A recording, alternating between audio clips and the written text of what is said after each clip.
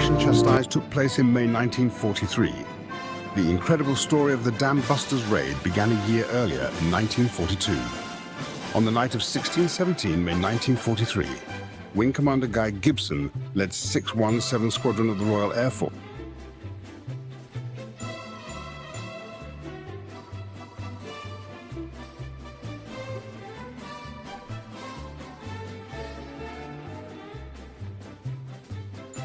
on an audacious bombing raid to destroy 3 dams in the Ruhr Valley, the industrial heartland of Germany. The mission was code-named Operation Chastise. The dams were fiercely protected. Torpedo nets in the water stopped underwater attacks, and anti-aircraft installations defended them against enemy bombers. But 617 Squadron had a secret weapon, the bouncing bomb.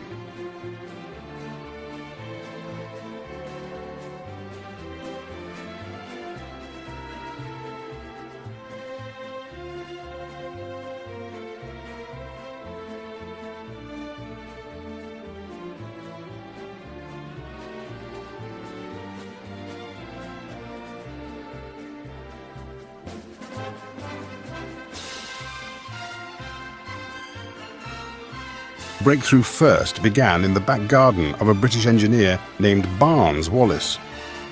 In 1942, Barnes Wallis began working on plans for a bomb that could skip across water. He developed the idea by experimenting with bouncing marbles across a water tub in his back garden. Wallis thought the new weapon could be used to attack moored battleships, but research soon focused on using it against the dams that were vital to German industry.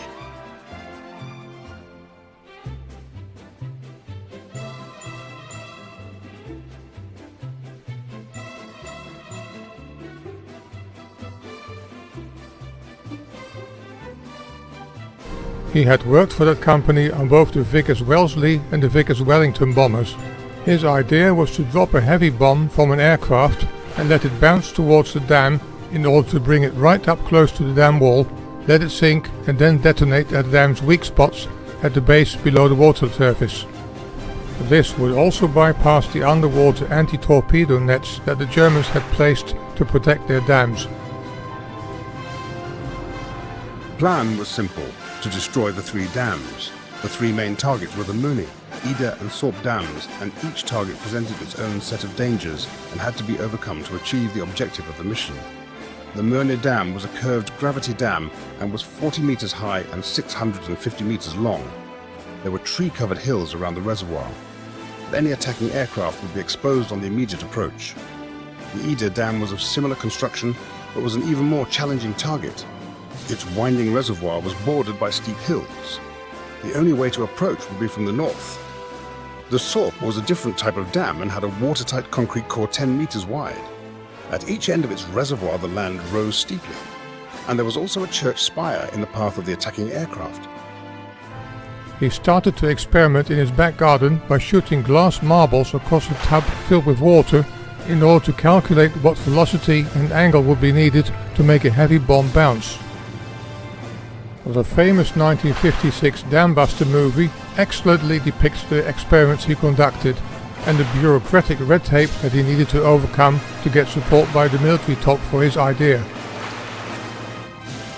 After conducting very small-scale experiments in a huge water basin at the National Physical Laboratory at Teddington and on outdoor scale models, he got permission to conduct full-scale experiments with the use of a Wellington bomber.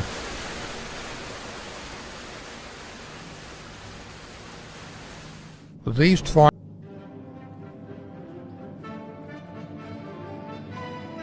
trials were conducted at Chesil Beach in Dorset. Initially the experiments were carried out with drum-shaped mock-up bombs with a wooden outer casing.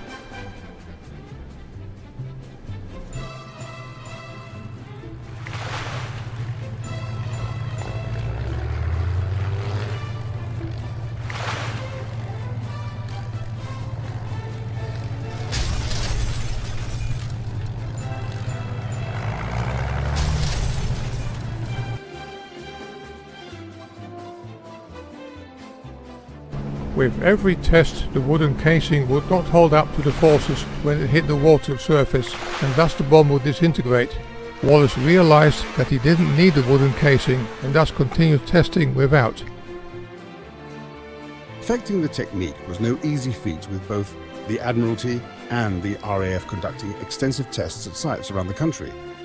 These revealed that the drum-shaped bomb code named Upkeep needed to be dropped from a height of 60 feet, or if you prefer 18 meters, and at a ground speed of 232 miles per hour.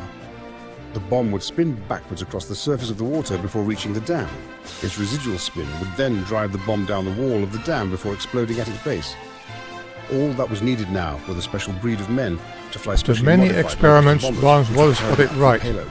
He managed to let the bomb bounce 20 times over a distance of nearly 400 meters and concluded that the aircraft would have to fly at a dangerously low level of only 18 meters and needed to release the bomb at a highly precise distance from the dams at a speed of precisely 232 miles per hour.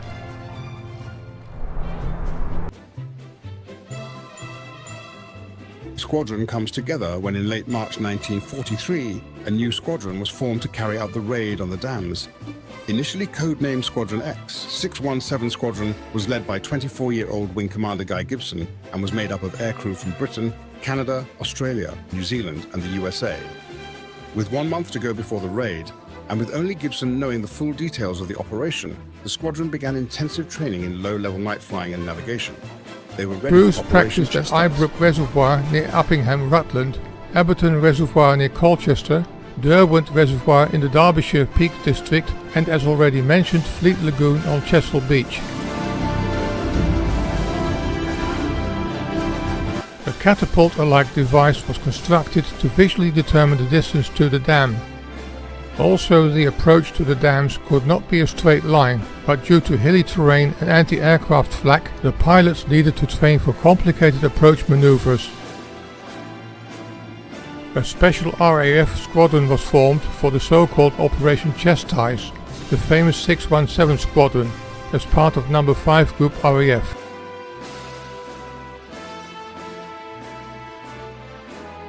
Their aim was to shut down the hydropower stations that provided the German war industry in the Ruhr area with electric power.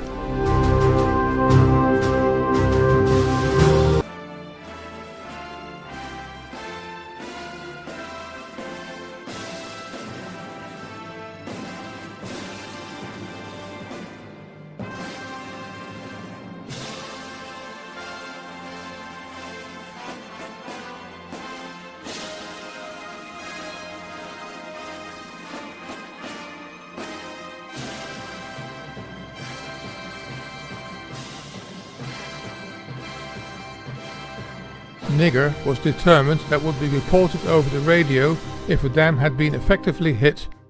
Nigger, not Digger, was the name of Guy Gibson's 617 Squadron mascot, a black Labrador dog. Sadly, Nigger was killed after being hit by a car on the morning of the raid. Gibson kept this event secret in order not to jinx the operation.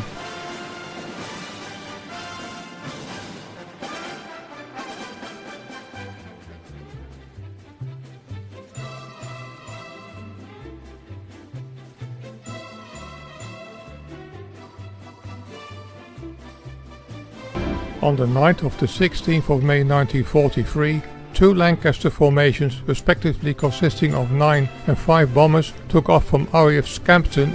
Their selected targets were the Möhne Dam and the Sorpe Dam upstream from the Ruhr industrial area, and the Eder Dam on the Eder River more east.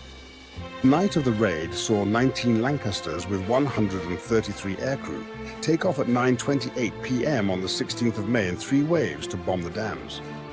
Gibson was flying in the first wave and his aircraft was first to attack the Möhne at 12:28 a.m. But 5 aircraft had to drop their bombs before it was breached. The remaining aircraft still to drop their bombs then attacked the Eder, which finally collapsed at 1:52 a.m. Meanwhile, aircraft from the 2 other waves bombed the Sorpe, but it remained intact.